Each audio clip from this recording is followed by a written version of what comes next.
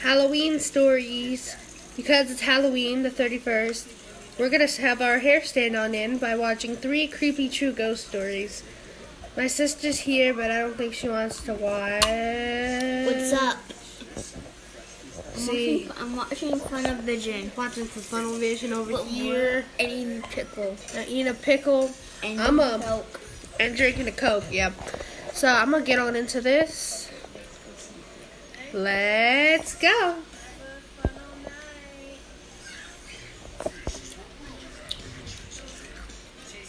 Are ghosts real? Well, Are ghosts real?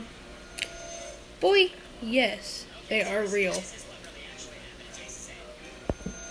these true stories of creepy, ghostly encounters will make your hair stand on end. That's what we want, don't we? It's Halloween. This world is a strange one. Darkness Prevails welcomes you all to a world where the dead haunt the living, a world where lost souls roam the land for untold reasons. Our world. Ghostly experiences occur daily in our haunted reality, so tonight we take a look at 3 ghostly encounters that might have you Googling the number to an exorcist. We came Nina, get down. You're gonna ruin my video by making me say your name millions of times. Okay, sorry, that was my dog. Yeah, she's gone now. Here she is. See, that was my doggy. Back to the video. promise you that you won't walk away haunted after this video. Number 1. The Ghost's Desperate Plea. This happened in the early hours of the first day of 1997. This happened in a region of Portugal called Sintra, which always has been connected with mysticism.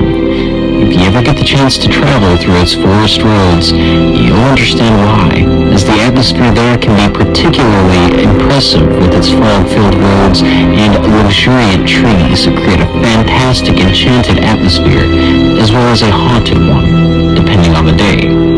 Anyway, it's the worst place for someone to have a ghost sighting, because the whole place is asking for it, and nobody will ever believe you because of that. At about 1 o'clock in the morning during the first hour of the first day of January 1997, 3 friends had left a New Year's party and were driving through the woods heading for another. Nothing was out of the ordinary, and from what I was told, it was a clear night with no fog, rain, or anything else that could trigger the imagination. Then they all saw a woman on the road, running toward their car, hysterically screaming, "Please, help my baby!" They stopped the car thinking they had hit the woman, as they didn't have time to slow down. But when they got out of the car, there was nobody outside.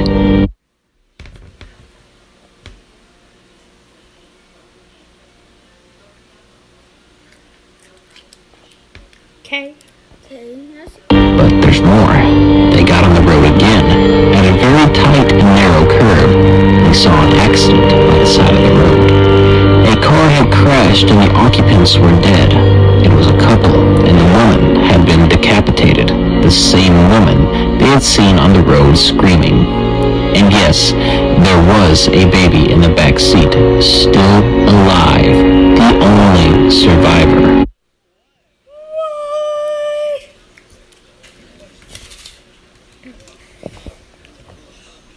Creepy. When the medics arrived on the scene, they said the couple had been dead for at least 2 hours before the guys had seen the woman on the road. Number 2. The Phantom of... Layla, I swear, if you do not get off this table, I will do something to you. I will call the ghosts. Get down. Get down. Drum. About 3 years ago, I was stationed in Fort Drum, New York, and residing in civilian housing off the base. It was your normal apartment complex, and it was very peaceful. My wife and I had been living there for only a few months before things began to happen. For example, What sort of things?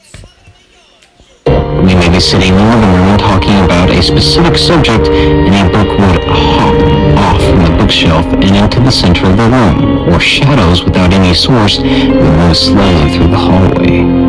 Later, What's that? Back to this. events would prove that such relatively minor things would be something that we wished See the shadows? would happen more often, as opposed to what would eventually come. After work one evening, a friend was invited over for dinner. I had previously discussed to him what all had occurred in the apartment, and he, being an open-minded spirit, believed what I said. What's that? What's that? Sometime that evening, I decided to take a picture of my wife with the camera that I had just purchased. Upon development, I discovered that one of the pictures had not been developed. Being curious, I slipped the negatives into a photo-negative adapter that I had with my scanner. I was not amused. My wife on the couch was certainly in the picture, however, another image, or a shadow of one, was present in the photograph. Holding it sideways, it showed the profile of what appeared to be a male. I testify even to this day that there was nothing in the room that could have given off this shadow.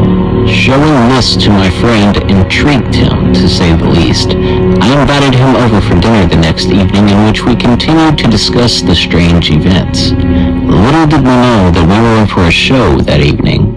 Now, let me retrace my steps. In the neighborhood, there was this black cat whose owner was unknown. It's a kitty.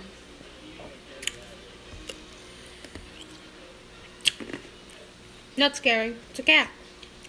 Which continued to make itself present on my doorsteps.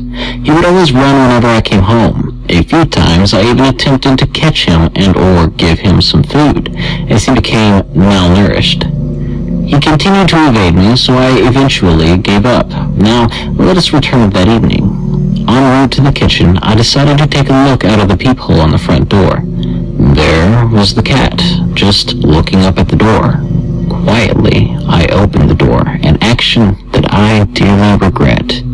Suddenly, all three of us hear a scream, not unlike a panther, pierce through our heads. Thinking I was merely hearing things, I wide-eyed my wife and friend, whom both were frozen with a look as though they had seen the Grim Reaper. Whereas if I was the only one that had heard it, I might be skeptical as to whether or Yo, they were right. These stories are raising my hair. I have goosebumps. not what I heard was real. But knowing we had all heard it at the same time, I slammed the door and quickly moved into the living room. Later that week, my wife's legs went into a state of paralysis. It happened twice in 1 week, the reason still unknown. All that I know is that she could not move them whatsoever for several hours. On a Saturday, my friend stayed the night. The next evening, we decided to hold a seance. We read on the proper and safe procedures and ensured that they were placed in the format that evening. Nothing, save for a few flickering lights, occurred that evening. However, we decided to tape the event to play back later in hopes to capture some electronic voice phenomena. We did. Though most of it was unintelligible, we were able to discern two different voices. One was feminine, stating something along the lines of, "My name is Jacqueline." The other was more harsh and masculine. And although I knew better than to incorporate a Ouija board, we did so nonetheless. Whereas the planchette did move now and then during the playback, we could distinctly hear a voice speaking the letters prior to the planchette moving to them. We all decided to do nothing for a while. It was rather calm for a few days. However, one night, I was in for an experience of a lifetime. Until that night, I had never had an out-of-body experience, yet one night, as I was sleeping, I found myself above both the body of my wife and myself. I turned to face the opposite direction. I saw the body of another individual who was very much not asleep. I I can vividly recall his physical features. He was a middle-aged male, short, around 5'2", bald, powder white, and wearing orange clothing. I knew that he was the source of our problems. We stared at each other for only a few moments before he attacked me. I struggled to reach out and somehow grabbed a dagger that I kept near the bed, and I thrust it into his chest. As to how I formulated a physical dagger into the astral is unknown, but the stab in the chest made him disappear. Seconds later, I found myself back in bed, nearly in shock from the experience. Save a few shadows dancing through the hallway, the ghostly events came to a halt after that night. Shortly thereafter, my wife and I had decided to get a divorce as our personal life has been delved into turmoil in ways that I wish not to speak about. Whether the apartment had anything to do with the divorce or not is No! What? No. The ghost be ruining marriages now. irrelevant, as I am now happy that I am neither in the army nor living in that haunted apartment anymore. Number 3. The Faceless Ghost. Oh dang, it's faceless. How do they see it if it's faceless? This incident happened to my daughter about 15 years ago, which put her at the age of about 13. Her father 13? Really? She was 13 when this happened to her. Gee. and she had been visiting friends for the day. They had left the friend's place at around 11 at night to head for home. They were driving down a road that was not well traveled at that time.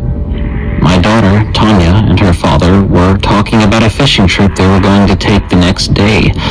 All of a sudden, up the road in the headlight was a woman walking along the side of the road. This was early September when the evenings get very cool, but she had on shorts and was carrying something. When the car was about 20 feet behind her, she stopped walking and turned around as if to see who was coming down the road. When the car got to about 10 to 12 feet from her, my daughter and her father were stunned to see that this lady had no face. She was also holding a blanket, and there was movement under the blanket as if a baby was kicking. She was facing the vehicle as they passed her. Needless to say, my daughter and her father just looked at each other without saying a word. They told me their faces were white as sheets. They never mentioned this incident for a long time. My daughter has many times tried to talk to her father about it, but he will always change the subject. Okay. Bye.